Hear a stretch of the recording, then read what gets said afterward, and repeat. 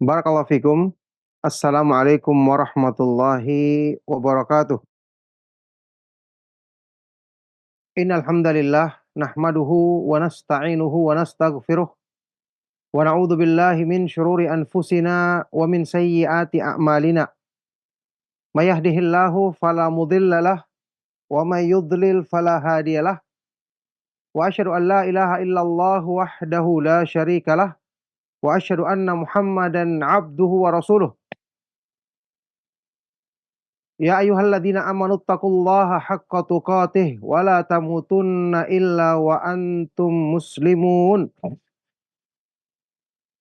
Ya ayyuhan nasu taqu rabbakumul ladzi khalaqakum min nafsin wahidah wa khalaqa minha zawjaha wa batha minhuma rijalan katsiran wa nisaa'a wattaqullaha alladzi tasaaluna bihi wal arham innallaha kana 'alaikum raqiba. Ya ayyuhalladzina amanu taqullaha wa qulu qawlan sadida yuslih lakum a'malakum wa yaghfir lakum dhunubakum wa may yuti'illaha wa rasulahu faqad faza fawzan 'azima. Allahumma salli wa sallim wa barik ala nabiyyina Muhammadin wa ala alihi wa ashabihi wa man tabi'ahum bi ihsanin ila yaumiddin amma ba'du. Alhamdulillah, ma'asyiral muslimin, ma'asyiral ikhwa wal akhwat fid din rahimakumullah, kaum muslimin para pemerhati Roja TV, juga Radio Roja dimanapun antum berada, termasuk para pendengar setia Radio Roja Kendari, yang semoga Allah Subhanahu wa Ta'ala senantiasa melimpahkan taufik kebaikan dan keberkahan bagi antum semua. Alhamdulillah, kita bersyukur kepada Allah Subhanahu wa Ta'ala dan kita memujinya dengan nama-namanya yang maha indah dan sifat-sifatnya yang maha tinggi dan maha agung. Alhamdulillah, di pagi hari ini kita dipertemukan di dalam kajian ya secara online membahas kitab yang sangat bermanfaat, kitab Al-Fawaid karya dari Al-Imam Abu Abdillah Syamsuddin Muhammad Ibnu Abi Bakar Ibnu Qayyim Al-Jauziyah rahimahullahu taala. Alhamdulillah, kita masih membahas tentang bagaimana Al-Qur'an menjelaskan tentang sifat-sifat kesempurnaan Allah, ya, khitabul Qur'an fi wasfir Rahman. Penjelasan dari Al-Quran tentang sifat-sifat Allah Subhanahu wa Ta'ala yang Maha Pemurah, yang ini tentu saja menjadi sebab kuat seorang hamba untuk termotivasi hatinya agar mencintai Allah Subhanahu wa Ta'ala. Selanjutnya akan selalu memuji Allah, mengagungkannya dan menyanjungnya dalam semua keadaannya. Maka setelah di pertemuan yang lalu kita membaca bagaimana Allah Subhanahu wa Ta'ala menjelaskan sifat-sifat kesempurnaannya sampai ketika dia ya menyebutkan bagaimana Allah Subhanahu wa Ta'ala mengajak hamba untuk berpegang teguh dengan agamanya, yang padahal ini merupakan kebaikan dan kemaslahatan yang kembali kepada hamba itu sendiri. Allah Subhanahu wa Ta'ala tentu dia adalah Al-Ghaniyyu, Maha Kaya, tidak butuh kepada siapapun. Ini Allah Subhanahu wa Ta'ala mengajak dengan sebaik-baiknya. Maka inilah ya yang menunjukkan kepada kita bahwa penjelasan di dalam ayat-ayat Al-Quran tentang keindahan nama-nama Allah, kemahatinggian sifat-sifatnya, dan perbuatan-perbuatannya yang maha terpuji, ini memang yang paling dibutuhkan oleh seorang hamba untuk menjadikan kuat rasa cintanya kepada Allah, pengharapannya, rasa takutnya, penyandaran hatinya, dan semua kebaikan-kebaikan lain. Oleh karena itu ini yang dijadikan mayoritas isi Al-Quran, sebagaimana penjelasan Syekhul Islam Ibnu Taimiyah rahimahullah ta'ala, Al-Qur'anu fihi min dzikril asma'i was sifati aktsaru mimma fihi min dzikril akli wasyurbi wan nikahi fil jannah. Di dalam Al-Qur'an, penyebutan dan penjelasan tentang nama-nama dan sifat-sifat Allah lebih banyak dibandingkan penjelasan tentang makanan, minuman, kenikmatan pernikahan di surga. Baik, sekarang kita akan lanjut membaca penjelasan Imam Ibnu Qayyim rahimahullah ta'ala. Beliau berkata, wa yashhadu min khitabihi itabahu li ahbabihi altafa itabin wa annahu ma'a dzalika mukilun atharatihim ghafirun zallatihim, wa muqimun a'dzarahum, wa muslihun fasadahum, ad-dafi'u anhum, wal muhami anhum, wan nasiru lahum, wal kafilu bimasalihihim, wal munji lahum min kulli karbin, wal muwaffi lahum biwa'dih. Ya, dan dia mempersaksikan dari firman-firman yang disebutkannya di dalam kitab suci Al-Quran, bagaimana ketika Allah menyampaikan itab, teguran kepada hamba-hambanya dengan sebaik-baik teguran, selembut-lembut teguran. Kemudian bersamaan dengan itu Allah Subhanahu wa taala senantiasa memaafkan kesalahan-kesalahan mereka, mengampuni dosa-dosa mereka, ketergelinciran mereka, selalu menerima udzur-udzur alasan mereka, memperbaiki kerusakan mereka, selalu membela dan menjaga mereka, selalu menurunkan pertolongan bagi mereka, selalu menjamin kebaikan-kebaikan dan kemaslahatan bagi mereka, serta menyelamatkan mereka dari semua kesusahan. Masya Allah, ya. Ketika Allah Subhanahu wa taala menurunkan teguran, dan kita tahu teguran ini hambalah yang paling membutuhkannya. Untuk kemaslahatan dan kebaikan bagi hamba itu sendiri, Allah Subhanahu wa taala turunkan teguran dengan selembut-lembut dan sebaik-baik teguran yang akan menyentuh hati hamba-hamba yang beriman untuk segera mengikuti teguran tersebut. Coba lihat ketika Allah Subhanahu wa taala memberikan peringatan kepada para sahabat radhiyallahu taala anhum ajma'in di dalam Al-Qur'an di surat Al-Hadid. A'udzubillahi minasyaitonir rajim. Alam ya'ni lil ladzina amanu an takhsha'a qulubuhum li dzikrillahi wa ma nazala minal haqq. Wa la yakunu kal ladzina utul kitaba min qablu fatala 'alaihimul amadu faqasat qulubuhum wa katsirum minhum fasiqun.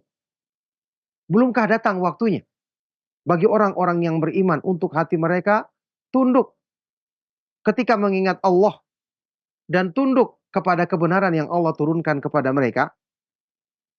Dan janganlah mereka berbuat atau bersikap seperti orang-orang ahlul kitab sebelum mereka, yang ketika berlalu masa yang panjang mereka terus dalam kelalaian, tidak mengambil pelajaran dari petunjuk yang Allah turunkan kepada mereka.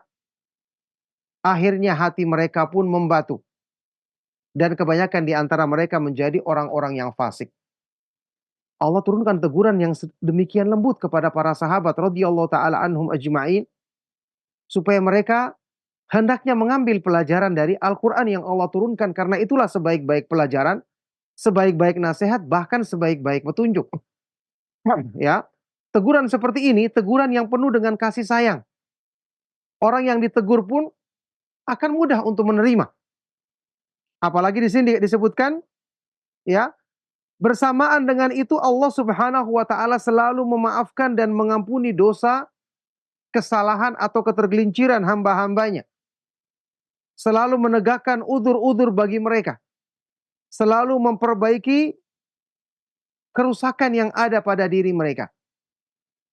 Ya, selalu membela mereka. Innallaha yudafi'u 'anil ladzina amanu. Sesungguhnya Allah Subhanahu wa taala akan membela orang-orang yang beriman, menjaga mereka.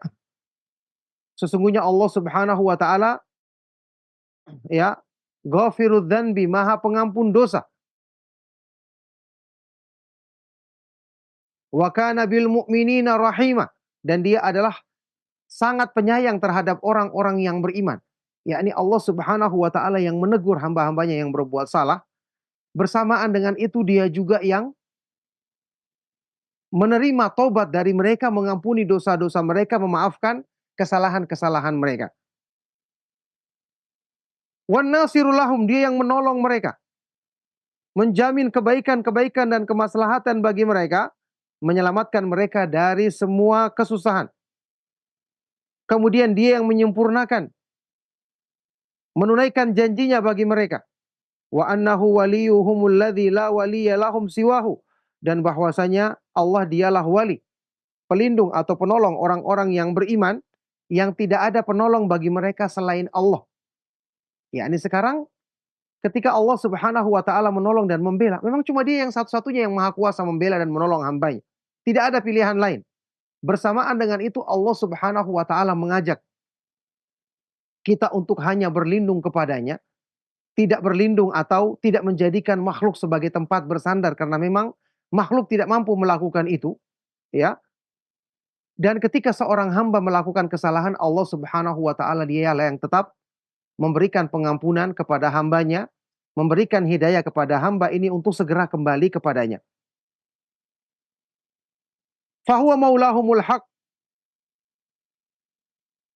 wa nasiruhum ala aduwihim. Maka Dialah pelindung hamba-hamba yang beriman yang sebenarnya. Dialah penolong bagi mereka untuk menghadapi musuh-musuhnya, musuh-musuh mereka. Fa ni'mal maula wa ni'man nasir. Maka Dia adalah sebaik-baik pelindung dan sebaik-baik penolong. Yakni, ma'asyiral muslimin, para pemerhati Roja TV dan Radio Roja dimanapun antum berada, ya, Allah Subhanahu wa taala tidak butuh kepada kita, tapi kitalah yang butuh kepadanya. Bersamaan itu dengan itu Dia mengajak kita untuk bersandar kepadanya, berlindung kepadanya. Dia menjanjikan orang yang berlindung kepadanya maka Allah akan melindunginya. Orang yang menjaga agamanya Allah akan menjaganya. Ihfadillah yahfadka. Jagalah Allah maka Allah akan menjagamu. Allah tidak butuhkan semua ini karena Dia adalah Al-Ghaniyyu, maha kaya pada zatnya, tidak butuh dengan balasan apapun, ya. Ma uridu minhum mir rizqi wa ma uridu ayyut'imun. Ketika Allah Subhanahu wa taala menyebutkan tujuan penciptaan jin dan manusia adalah untuk beribadah kepadanya, padahal Allah tegaskan Dia tidak butuh kepada ibadah tersebut. Ma uridu minhum mir rizqi wa ma uridu ayyut'imun. Aku tidak butuh rezeki dari mereka dan aku tidak butuh mereka memberikan makan kepadaku karena Allah tidak butuh semua itu. Dia maha kaya pada zatnya. Justru makhluklah yang diciptakan dalam keadaan fuqara, miskin, penuh dengan kelemahan, butuh kepada Allah. Seandainya Allah berpaling dari mereka, maka Allah juga tidak akan rugi. Justru mereka yang rugi. Tidak akan mengurangi kesempurnaan dan kemahamuliaannya. Ini menunjukkan Allah Subhanahu wa taala memang adalah zat yang maha sempurna kebaikannya, maha sempurna rahmat dan kasih sayangnya kepada hamba-hambanya. Bersamaan dengan itu Dia tidak membutuhkan balasan dari mereka. Baik. Fa idza syahidatil qulubu minal Qur'ani malikan 'aziman rahiman jawadan jamilan. Hadza sya'nuh fa kaifa la tuhibbuhu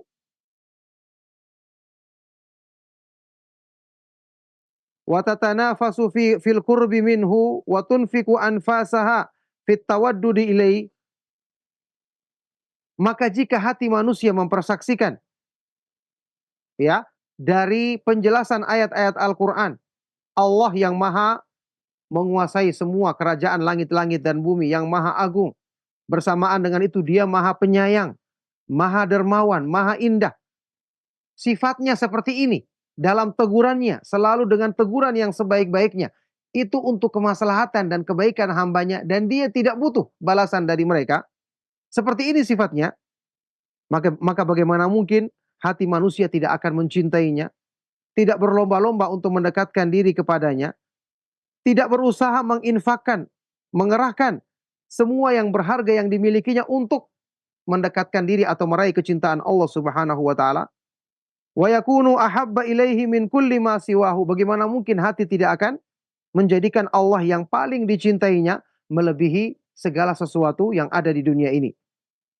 Wa ridahu atharu indahu min ridha kulli ma siwahu. Dan keridhaan Allah menjadi yang paling utama, yang paling diutamakan dalam dirinya dibandingkan keridhaan semua selainnya, selain Allah Subhanahu wa taala.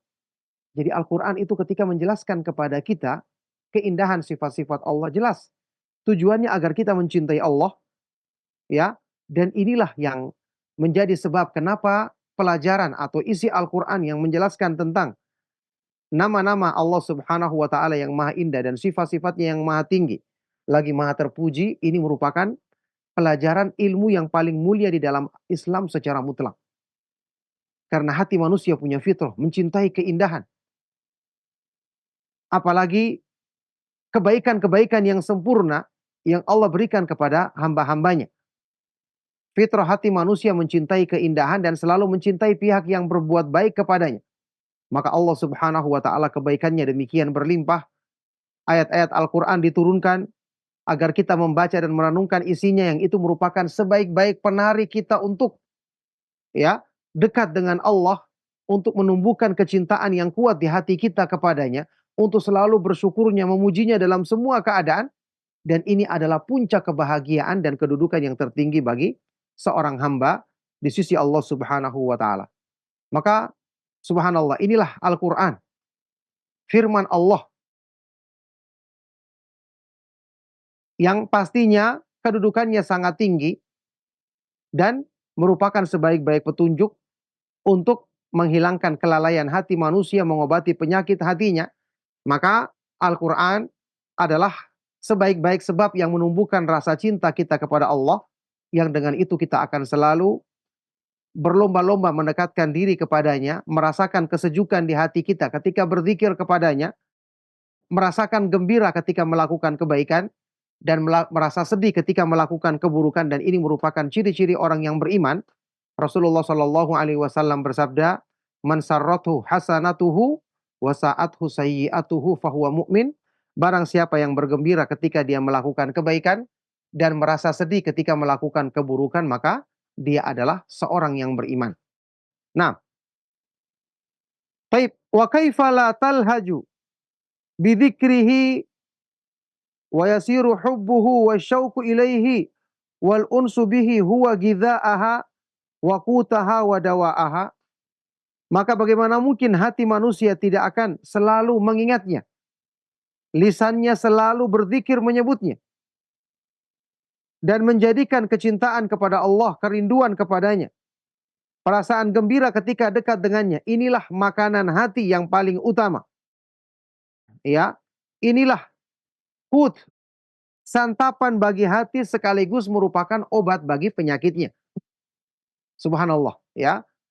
Membaca ayat-ayat Al-Quran tentang nama-nama dan sifat-sifat Allah Subhanahu wa ta'ala.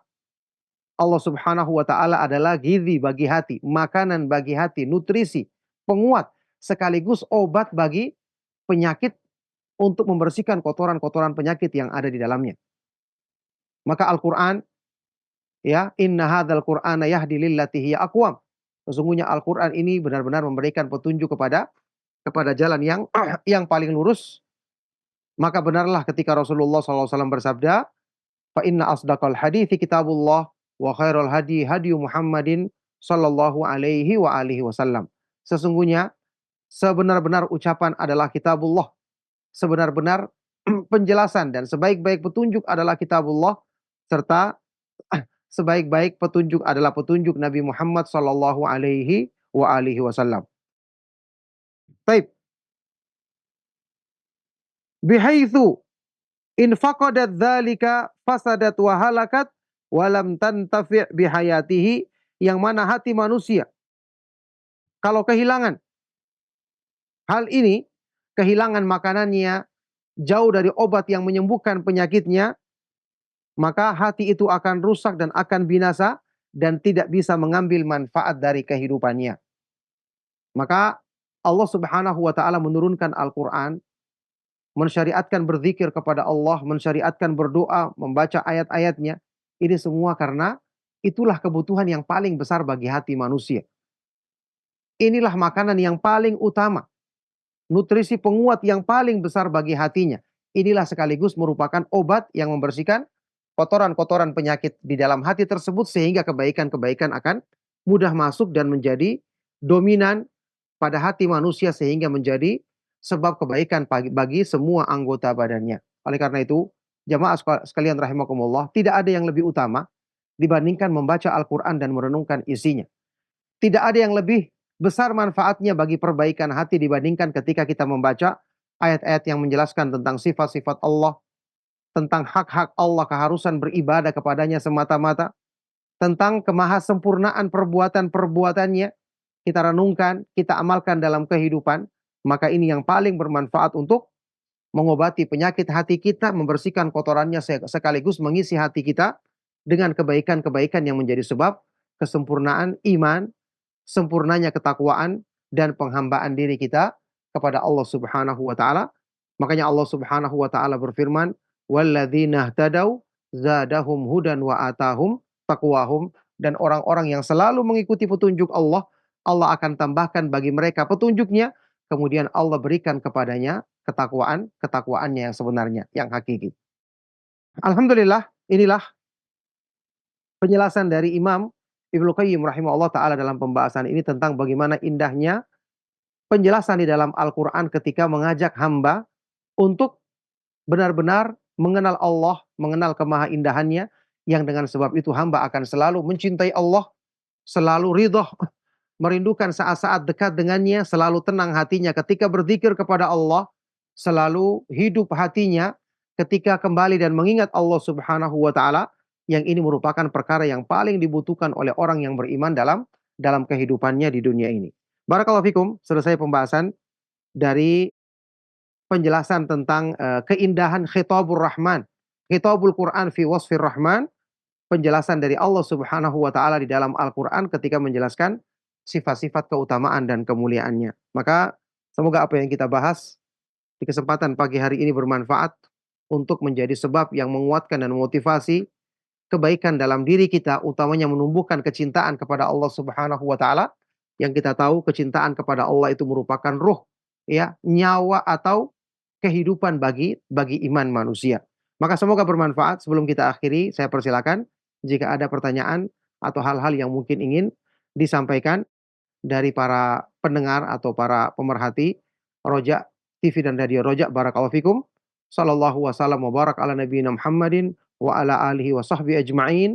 Walhamdulillahi rabbil alamin. Jazakumullah khairan barakallahu fikum atas materi yang telah disampaikan Ustaz dalam pembahasan kitab Fawaidul Fawaid yang memasuki pasal ke-18 ya tentang Al-Qur'an yang menetapkan sifat-sifat Allah yang merupakan bagian yang kedua.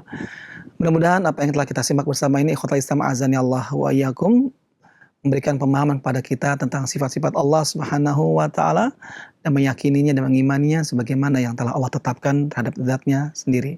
Kita angkat pertanyaan melalui pesan singkat dulu ya. Ustaz, ada pertanyaan yang masuk. Assalamualaikum warahmatullahi wabarakatuh. Semoga Allah Ta'ala selalu menjaga Ustadz dan keluarga. Allahumma amin. Izin bertanya Ustadz, Allah Ta'ala adalah zat yang maha pengampun, yang maha pemurah, maha lembut, dan maha pengasih. Namun kita sebagai makhluknya sering melakukan perbuatan maksiat di hadapannya, membuat kita malu untuk meminta kepada Allah ampunan. Apakah kita masih pantas meminta pada Allah, dan apakah Allah masih akan mengabulkan doa-doa kita, walaupun kita telah melakukan dosa? Mohon Ustaz memberikan penjelasannya. Jazakumullah khairan atas jawabannya Ustaz. Silakan Ustaz. Pertanyaan yang sangat baik dan bermanfaat dari antum yang bertanya. Semoga Allah Subhanahu wa taala senantiasa melimpahkan kebaikan dan keberkahan bagi antum dan bagi kita semua. Ya, tentu saja kita mengakui Allah Subhanahu wa taala Maha Pengampun lagi Maha Penyayang, maha sempurna dan besar limpahan karunia-Nya. Bersamaan dengan itu kita selalu kurang dalam mensyukurinya, bahkan banyak berbuat kekurangan dan maksiat di hadapannya. Cuman ya, sifat apa ini keadaan ini membuat kita malu kepada Allah. Malu di sini ya adalah yang menjadikan kita semakin tunduk kepadanya. Malu yang disebutkan terpuji dalam Islam itu adalah rasa malu yang benar, yaitu satu sifat yang menjadikan seseorang itu ya menjauhi sikap kurang dalam menunaikan hak orang-orang yang punya hak kepadanya. Menjauhi sifat-sifat yang buruk. Kalau dia betul malu kepada Allah, harusnya dia tidak melakukan lagi perbuatan-perbuatan tersebut. Ya, karena kalau perkataan tadi, kita malu untuk memohon ampun kepada Allah. Apakah kita dapatkan tempat memohon ampun selain Allah? Kan tidak ada. Memang kita selalu merasa malu karena banyak kekurangan. Tapi kita mengetahui tidak ada cara untuk kembali dan untuk bisa mendapatkan kebaikan-kebaikan kecuali dengan kembali kepada Allah Subhanahu wa taala. Ingat ya, doa yang diajarkan oleh Rasulullah Shallallahu alaihi wasallam yang kita baca di dalam beberapa zikir, termasuk zikir sebelum tidur ya. La malja wa la manja minka illa ilaik. Ini juga termasuk doa yang kita baca di waktu kunut witir. Tidak ada tempat berlindung, tidak ada tempat keselamatan dari kemurkaan-Mu ya Allah kecuali dengan kembali kepadamu. Maka teruslah kita mohon ampun kepada Allah, teruslah kita mengakui kekurangan-kekurangan kita. Allah Subhanahu wa taala yang menjanjikan kepada hamba-hambanya, "Qul ya ibadiyalladzina asrafu ala anfusihim la taqnatu min rahmatillah innallaha yaghfirudz dzunuba jami'an." Katakanlah wahai hamba-hambaku yang melampaui batas terhadap dirinya sendiri, janganlah kamu berputus asa dari rahmat Allah. Sesungguhnya Allah Subhanahu wa taala mengampuni semua dosa bagi orang yang selalu bertobat, memohon ampun dan kembali kepadanya. Nah, barakallahu fiik. Nah, Ustaz Taufik Barakallah. Jazakumullah khairan atas jawaban yang telah disampaikan Ustaz. Dan kita akan angkat satu pertanyaan terakhir saat di perjumpaan kita pagi hari ini. Assalamualaikum warahmatullahi wabarakatuh Ustaz. Ustaz mohon dijelaskan tentang doa Allah maghfirli wali walidaya warhamhuma kama rabbayani shaghira. Apakah doa ini hanya ditujukan kepada yang sudah meninggal dan apakah boleh juga ditujukan kepada yang masih hidup Ustaz? Silakan Ustaz. Iya, barakallahu fikum, pertanyaan yang sangat baik sekali dari beliau yang bertanya. Semoga Allah Subhanahu wa taala senantiasa melimpahkan kebaikan dan keberkahan bagi beliau dan juga untuk kita semua. Ya, secara lafaz dan makna doa tadi bisa kita ucapkan untuk yang masih hidup ataupun yang sudah meninggal dunia. Ya, Rabbighfirli wali walidayya warhamhuma kama rabbayani shaghira. Wahai Rabbku, ampunilah dosa-dosaku dan kepada dosa-dosa kedua orang tuaku dan limpahkanlah rahmatmu, yakni kasih sayang Allah Subhanahu wa taala kepada mereka berdua sebagaimana mereka menyayangiku ketika aku masih kecil. Jadi boleh kita baca untuk orang tua kita yang masih hidup ataupun orang yang tua kita yang sudah meninggal dunia, itu yang saya ketahui. Barakallahu fikum. Semoga apa yang kita adakan di kajian hari ini serta pertanyaan-pertanyaan yang kita jawab dengan pertolongan dari Allah Subhanahu wa taala menjadi sebab kebaikan untuk dunia dan akhirat kita. Mohon maaf atas segala yang salah dan kurang. Kita akhiri pertemuan kita. Sallallahu wasallam wa barak ala nabiyina Muhammadin wa ala alihi wa sahbihi wa man tabi'ahum bi isanin ila yaumiddin walhamdulillahi rabbil alamin. Subhanakallahumma wa bihamdika asyhadu an la ilaha illa anta astaghfiruka wa atubu ilaik. Wassalamualaikum warahmatullahi wabarakatuh.